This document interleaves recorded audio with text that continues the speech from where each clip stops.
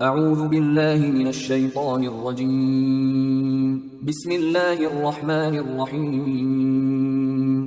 سورہ مجادلہ آیات نمبر 9 تا 13 میں اہل ایمان کو صرف نیکی اور پرہیزگاری کے بارے میں سرگوشیاں کرنے اور مجلس نبوی کے آداب ملحوظ رکھنے کی ہدایت۔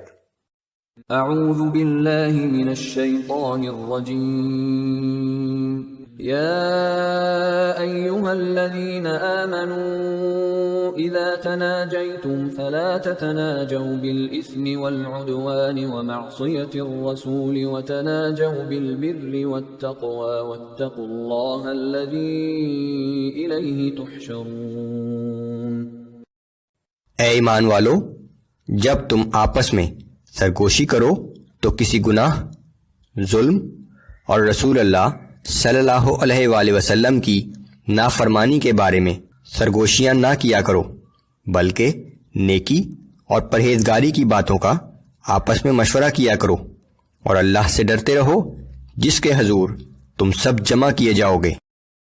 انما النجوى من الشیطان لیحزن الذین آمنوا وليس بضارهم شیئا الا بإذن اللہ۔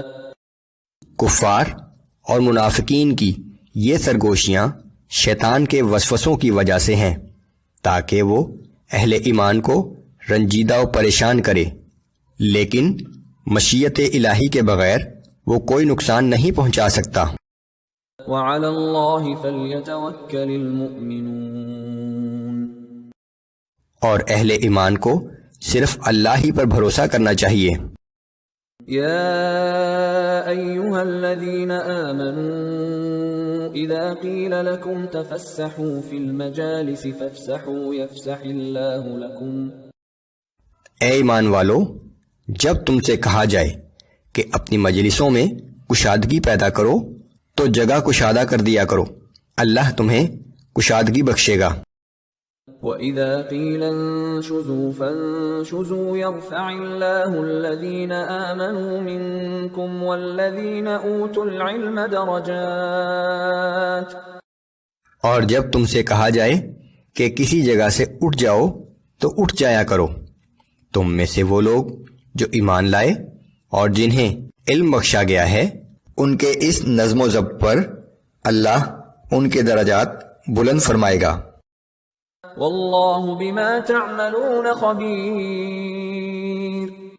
اور اللہ تمہارے اعمال سے پوری طرح باخبر ہے۔ یا ایہا الذین آمنوا اذا ناجیتم الرسول فقدموا بین یدی نجواکم صدقہ ذلک خیر لکم واطہر۔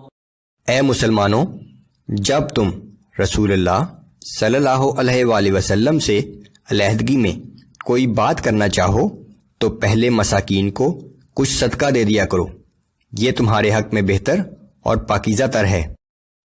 فَإِن لَّمْ تَجِدُوا فَإِنَّ اللَّهَ غَفُورٌ رَّحِيمٌ۔